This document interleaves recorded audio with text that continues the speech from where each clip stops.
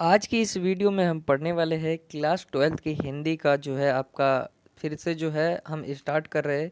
इससे पहले रोक दिया गया था बीच में, तो आज से जो हम इसको कंटिन्यू करेंगे।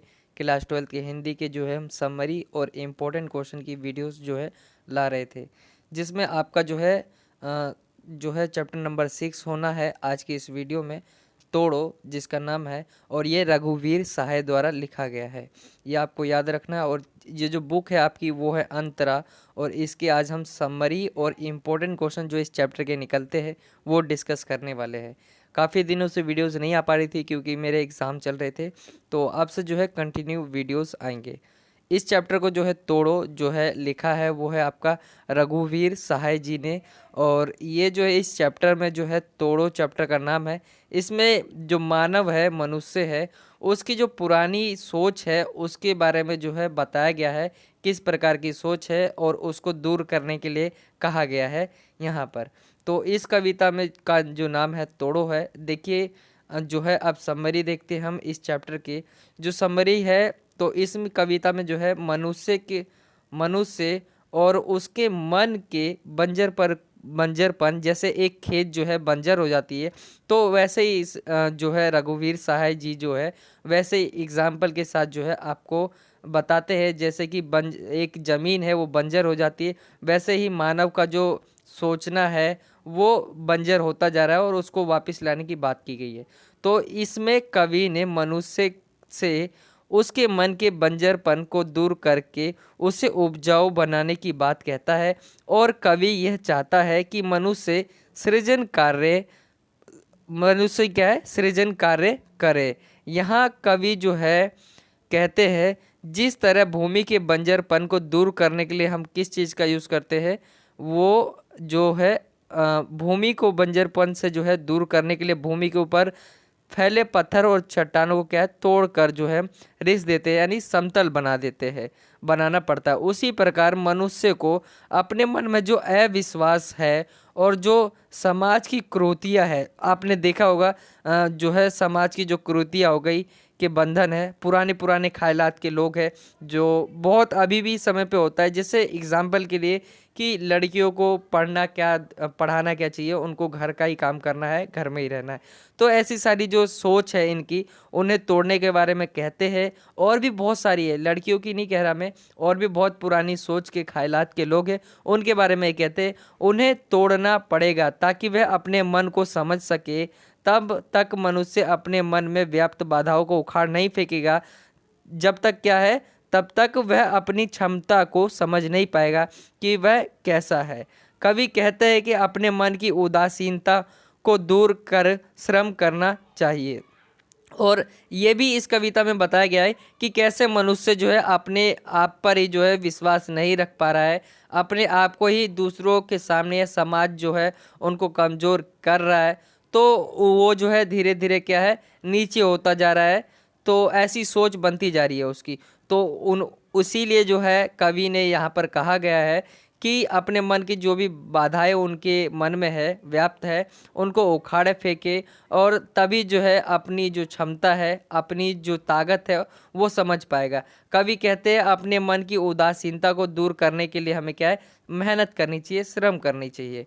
वह सभी चट्टाने जो पत्थर वह सभी चट्टाने और पत्थर जो हमारे जो मन है उसको बंजर बना रहे, पत्थर जो बंजर बना रहे हैं, उनको तोड़ दो। चैप्टर का नाम यही है, तोड़ दो और उपजाऊ बनाओ। चरती तथा पड़ती भूमि को उपजाऊ बनाकर उस पर खेती कर रहे हैं, लेकिन मनुष्य अपने मन की उदासीनता को खत्म नहीं कर पाएगा। तब तक तब तक वह सृजन कार्य नहीं कर पाएगा। सृजन कार्य नहीं कर पाएगा मतलब ऐसा नहीं सोचेगा कि वह भी है कुछ, कि वह कर सकता है।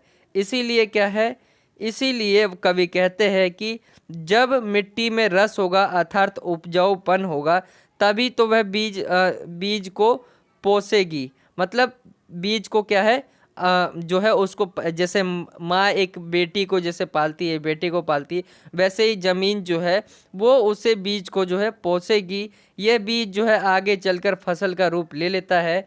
और इसीलिए जब तक मनुष्य के मन में यह बाधाएं और रूढ़ियाँ दूर नहीं होगी तब तक मनुष्य सृजन कार्य नहीं कर पाएगा।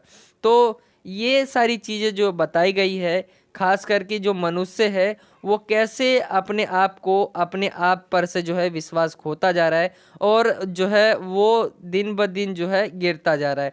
तो उसी को ऊपर उठाने की बात की गई है कि आप श्रम करिए, आप कोई भी जो है नीचे नहीं है, आप जो है अगर आप श्रम करेंगे तो आप जो है ऊपर जा सकते हैं।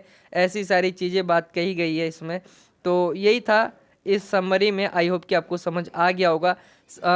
मेनली जो बात की गई है, मनुष्य क्या है कि अपना सोचने की शक्ति है, एक तरह से वो पुरानी या तो समाज के ऊपर चल रहा है, समाज जैसा कर रहा है वैसा कर रहा है। अगर वह सही है तो सही करे, नहीं है तो ना करे।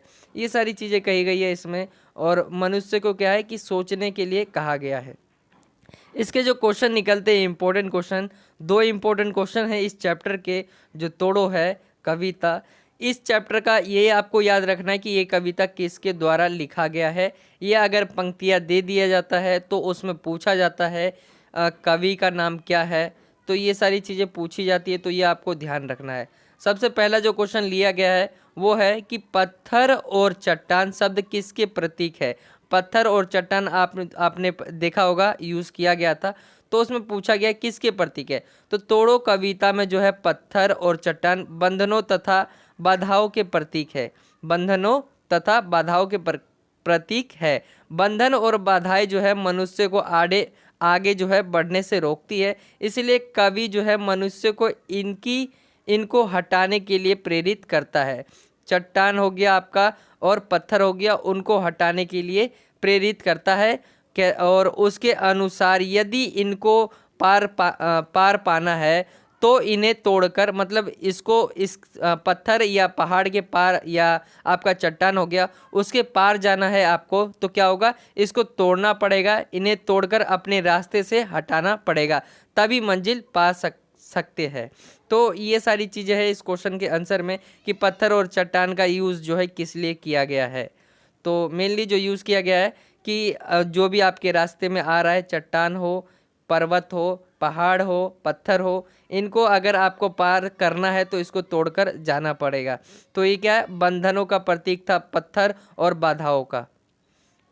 आई होप कि आपको समझ आ गया होगा। अगला जो क्वेश्चन पूछा जाता है कि कविता का जो आरंभ देखोगे आप तो तोड़ो तोड़ो तोड़ो से होता है, लेकिन अंत में जो है गोड़ो गोड़ो गोड़ो से जो है इसका अंत होता है।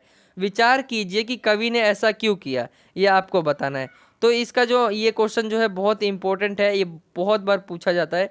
तो इसका आंसर आपको ध्यान से देखना है कि उत्तर जो है वो कविता का आरंभ जो है वो तोड़ो करके होता है। जैसा कि आपने देखा, कवि ने मनुष्य को विघ्न, खींच तथा बाधाएं इत्यादि को तोड़कर आगे बढ़ने के लिए क्या है, प्रेरित किया है।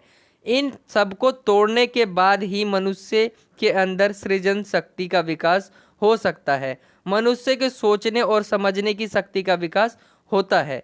विघ्न, खींच तथा बाधाएं मनुष्य की सृजन शक्ति तथा विचारों को प्रभावित करती है। और गोड़ो गोड़ो शब्द का प्रयोग जो है आगे बढ़ने के लिए प्रेरित करने के उद्देश्य से किया गया है। तो ये समझ गए होंगे आप। जो आपका तोड़ो तोड़ो तोड़ो तोड़ो है, मैंने आपको पहले ही बताया कि अगर आप पत्थर या चट्टान आपके सामने है और उसको पार करना है आपको, तो उसे तोड़ना ही पड़ेगा।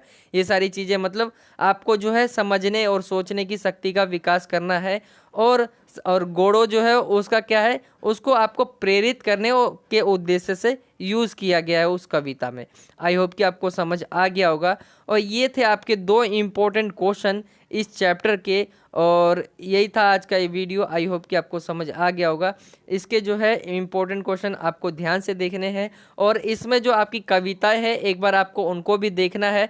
मैं आपको सिर्फ एक समरी टाइप का बता रहा हूँ जिसमें कविता में क्या कहा गया है, अगर क्वेश्चन आ जाए तो आप लिख सकते हैं। वैसे मैं पूरा कविता नहीं बता रहा हूँ क्योंकि आपके पास टाइम भी ज़्यादा नहीं है। तो ये था आज का ये वीडियो। आई होप कि आपको वीडियो अच्छे तरीके से समझ आ गया होगा। जो चैप्टर्स है क्लियर हो गए होंगे, तोड़ो में जो आपके इंपॉर्टेंट क्वेश्चन निकलते हैं वो भी आपको समझ आ गया होगा। और आप आज से जो है हम रेगुलर रहेंगे, आपसे जो है आपको वीडियोस प्रोवाइड होनी चालू हो जाएगा। तो वीडियो को अगर वीडियो अच्छा लगा हो तो वीडियो को शेयर जरूर करें। मिलता हूँ आपसे अगली और एक्साइटिंग वीडियो में, जब तक ले जय हिंद, जय भारत, वंदे मातरम।